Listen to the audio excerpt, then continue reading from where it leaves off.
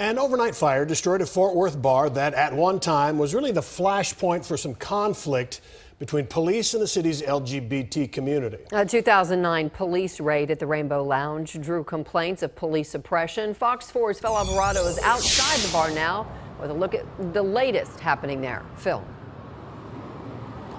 Hi, Heather. Well, you know, the future of the bar is really uncertain at this point.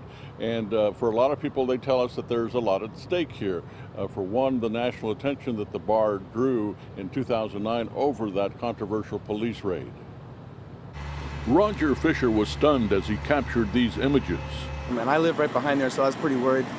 The flames pushed through the collapsing roof, crushing all hope of saving the well-known Rainbow Lounge. They were probably 15, 20 feet above the roof at that point. The Rainbow Lounge was more than a bar. In 2009, it drew national attention and for some became a symbol of change for LGBT rights. A confrontation erupted involving Fort Worth police and TABC agents during a raid. One patron got a head injury, 5 others were arrested. There were allegations of excessive force targeting the gay community. 2 TABC agents were fired and 3 Fort Worth officers were suspended. Well, there is a history here. Fort Worth did a lot with their police with diversity and stuff because of what happened there, and maybe how they look at this community now where they didn't before. So there's a lot of history that's also going. If the club goes, the history goes with it as well. It's not clear if the Rainbow Lounge owner will relocate or if there will ever be a bar on this property again. There's nothing left to build on. Ray Williams' family has owned the land for about 50 years. He leased the building to the Rainbow Lounge. Right now, he has no plans to rebuild, not with rising property values in this area just south of downtown.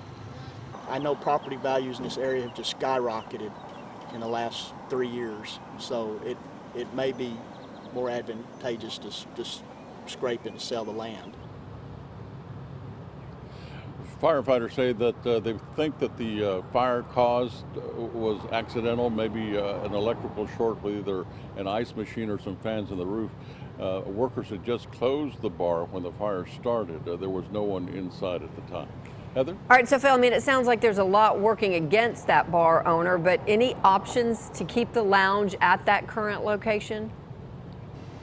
Well, the property owner tells us that he's self-insured, so, you know, he'd have to go to some expense to rebuild a building on this property, and he says that's something he's not inclined to do. In fact, he says he's going to sell the property. And now, it's not impossible that someone could buy the land and then rebuild here, but certainly that would be very expensive. It would be. All right, Phil, thank you.